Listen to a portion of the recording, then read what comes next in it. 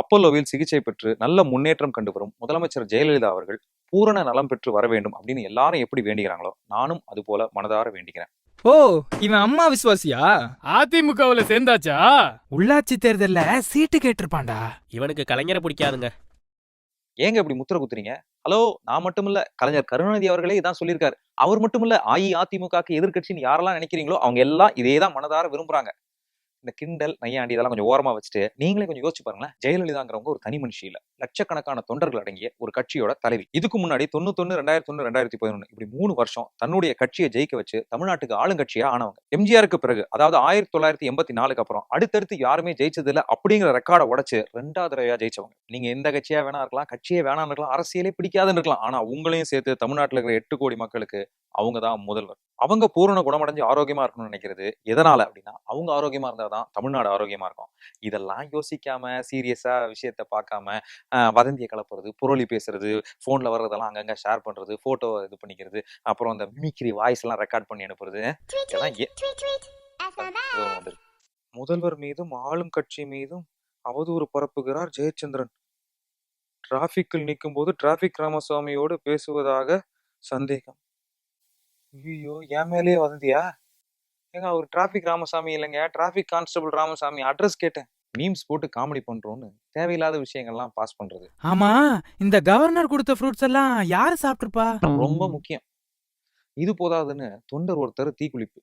இந்த தகவல்லாம் கேட்டா முதல்வர் இன்னும் ஃபீல் பண்ணுவாங்க. உணர்வோட வேண்டிக்கிறவங்க ஒரு பக்கம், போட்டிக்காக வேண்டிக்கிறவங்க ஒரு பக்கம். ஒருத்தர் அளவு குத்தி ஃபேமஸ் ஆயிட்டாருன்னா எங்க நம்ம டம்மி ஆயிடும் சொல்லி தடுப்பூசி கூட குத்தாத தன் குழந்தைக்கும் சேர்த்து அளவு குத்துறாங்க. ஒருத்தங்க மண் சோறு சாப்பிட்டா மண்ணே சோறா சாப்பிடுவேன்னு போட்டிக்கு இன்னொருத்தங்க. இப்படி வித்தியாசமா வேண்டுதல்களை கண்டுபிடிக்கிறதுக்கு ஒரு கும்பல் தனியா ஓடிட்டு இருக்கு. செப்டம்பர் 22ஆம் தேதி எப்போது முதலமைச்சர் அனுமதிக்கப்பட்டாங்களோ அன்னில இருந்து அரசாங்கம் சரியா இயங்கல. அமைச்சர்கள்லாம் ஒண்ணு கோயில் வாசல்லையோ இல்ல அப்பல்லோ வாசல்லையோ தான் இருக்காங்க. தலைமைச் செயலகத்துல பலரோட தலையை காணும். அப்படியே தலை தெரிஞ்சுன்னா அது தொங்க போட்டு இப்படிதான் இருக்கு. சார், ஃபைலா? டீ டைம் அப்புறம் வாங்க. இது லஞ்ச் டைம். லஞ்ச் சாப்பிட்டு வந்துடுறேன். அப்போ வெயிட் பண்ணட்டுமா?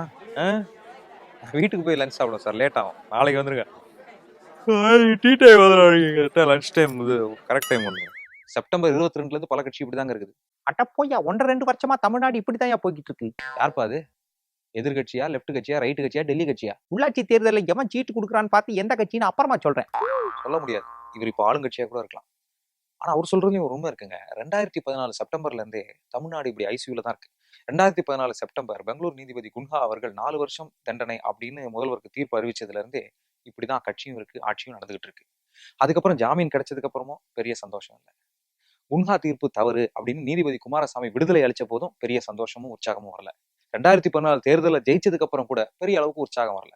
ஏன்னா உற்சாகமும் சந்தோஷமும் வர்ற அளவுக்கு உடல்நிலை ஒத்துழைக்கல. உடல்நலம் உற்சாகமா இல்லைன்றதுனால மனசும் உற்சாகமா இல்லைங்கிறது தான் தகவல்.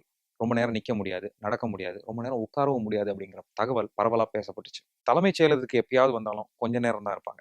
சட்டசபைக்கு வந்தாலும் ரொம்ப நேரம் சேர்ல உட்கார முடியாத சவால் இன்னொரு பக்கம். கணக்கு காட்டவும் போட்டோ எடுக்கவும் தான் பல கலந்துரையாடல்கள் நடந்ததே தவிர உண்மையான ஆலோசனை கூட்டங்கள் நடக்கல. நடந்தாலும் ரொம்ப நேரம் நடத்த முடியல, உடல் ஒத்துழைக்கல. இதனாலேயே தமிழ்நாட்டுல பல விஷயங்கள் 1-2 வருஷமா முடங்கி கிடந்துச்சு. முன்னாள் தலைமைச் செயலாளர் ஷீலா பாலகிருஷ்ணன் தான் இப்ப முதலமைச்சரோட ஆலோசகர். அவங்க தான் இப்ப எல்லாமே. அவங்க நினைச்சாதான் விஷயம் எல்லாம் உள்ள போகும், உள்ள இருந்து விஷயம் வெளியும் வரும். ஷீலா அவர்கள் வச்சதான் சட்டங்கிற நிலைமை 1 வருஷமா இருக்கு. இப்ப ஜெயலலிதா அவர்கள் மருத்துவமனையில இருக்கிறதுனால ஷீலா தான் எல்லாம் அப்படின்னு மாறிடுச்சு. My name is Sheela, Sheela கி ஜவானே அப்படிங்க. நிறுத்துற அந்த பாட்டு. ஐயா, இது நான் இல்லைங்க, கத்ரீனா கைஃப்.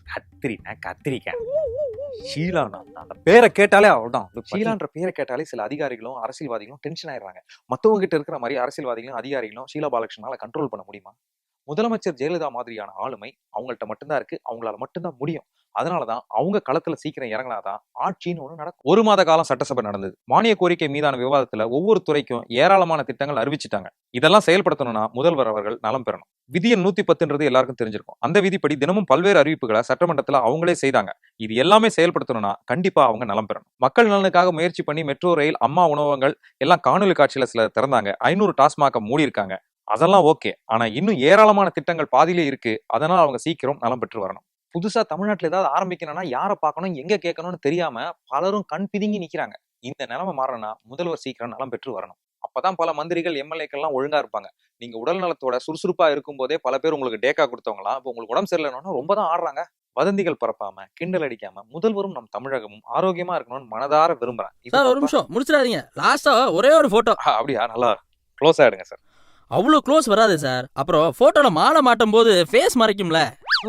என்ன சொல்றீங்க? சிஎம் பத்தி வதந்திகளை பேசிட்டீங்க. இனி கடைசியா ஒரே ஒரு போட்டோ எடுத்தா வீட்ல கொஞ்சம் யூஸ் பண்ணிப்பாங்கல்ல. இல்ல அப்படி கொஞ்சம் லைட்டா பேசினா தானே விஷயம் எல்லாருக்கும் போய் சேரும். போய் சேர்ந்துடும். சார் வாந்தி. இல்ல வதந்தி. சார் எனக்கு வாந்தி வர மாதிரி. எங்கேயும் போக கூடாது. ஸ்மைல். நீங்க கடைசியா எதுவும் சொல்ல ஆசைப்படுறீங்களா? சொன்னது சரின்னு தோணிச்சுன்னா சப்ஸ்கிரைப் பண்ணுங்க. ஸ்மைல்.